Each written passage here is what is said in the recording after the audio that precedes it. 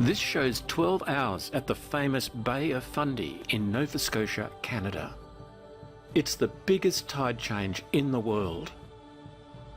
But what force could move such a massive body of water? Gravity.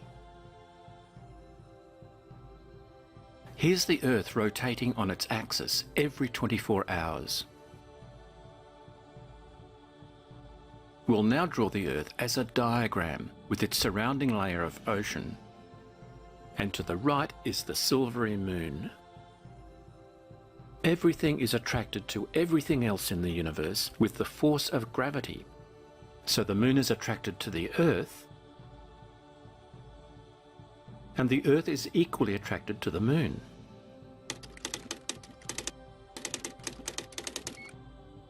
Notice that the two force arrows are the same length, showing the gravitational attractions are of equal strength. But we're only interested in the force on the Earth here. The moon pulls on the ocean closest to it and makes it bulge outwards.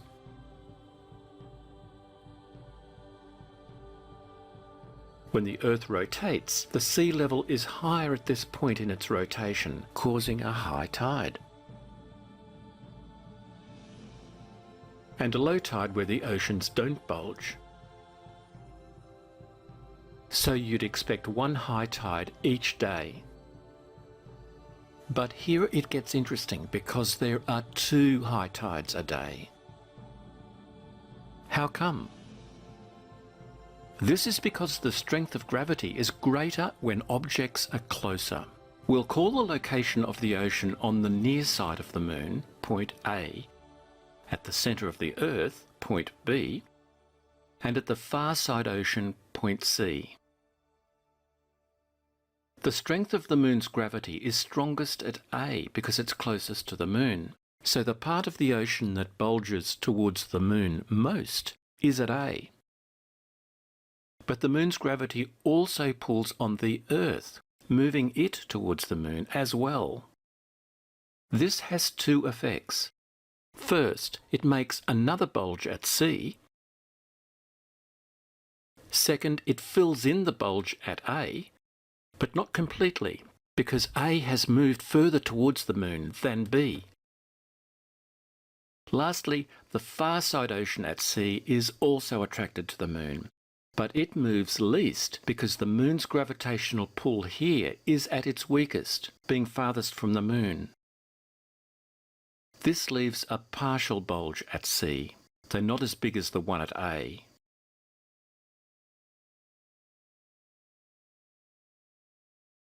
Now we can see why, when the Earth rotates through 24 hours, it goes through two high tides and two low tides.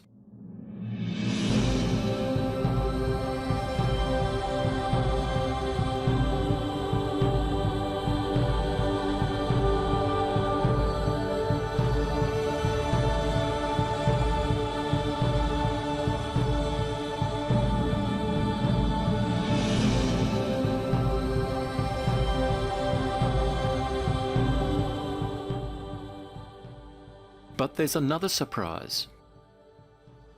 By the time the Earth has rotated once and arrived back at its original position,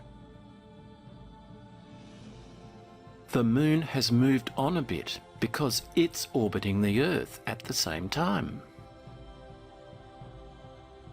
That means that the Earth has to catch up with the Moon, so the next day's high tide is about 50 minutes later. The Moon rises and sets about 50 minutes later too, because the Earth has to catch up with its orbiting Moon. You can even test this by timing the moonrise or moonset from one day to the next. Or check out some tide charts to see if the tides obey this rule too.